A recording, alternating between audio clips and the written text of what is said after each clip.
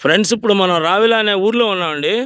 అదిగోండి ఇప్పుడు main road ఉంది కదా, అక్కడ అది మెయిన్ రోడ్ అండి. రావిల టు మందపాడు వెళ్ళే మెయిన్ రోడ్డు.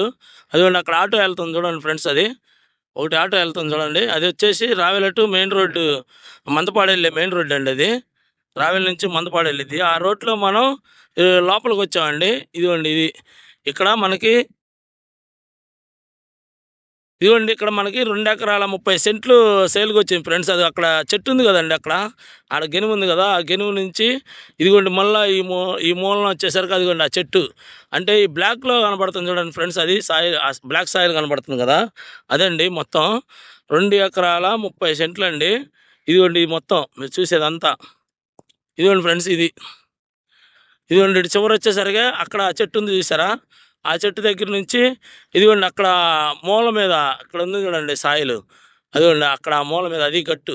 అక్కడ నుంచి ఇది మొత్తం వచ్చేసి 2 ఎకరాల 30 సెంట్లు అండి సేలుకుంది మనకి.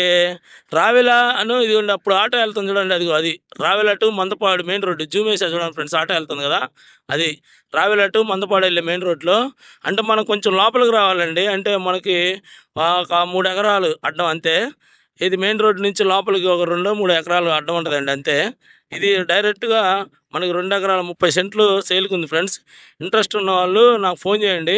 ఇది రీజనబుల్ రేటుగా వచ్చిందండి, ఎందుకంటే దీనికి డైరెక్ట్ రోడ్ లేదు, పూలింగ్లకి వెళ్ళేదే కాబట్టి మనకి రేటు తగ్గిద్ది.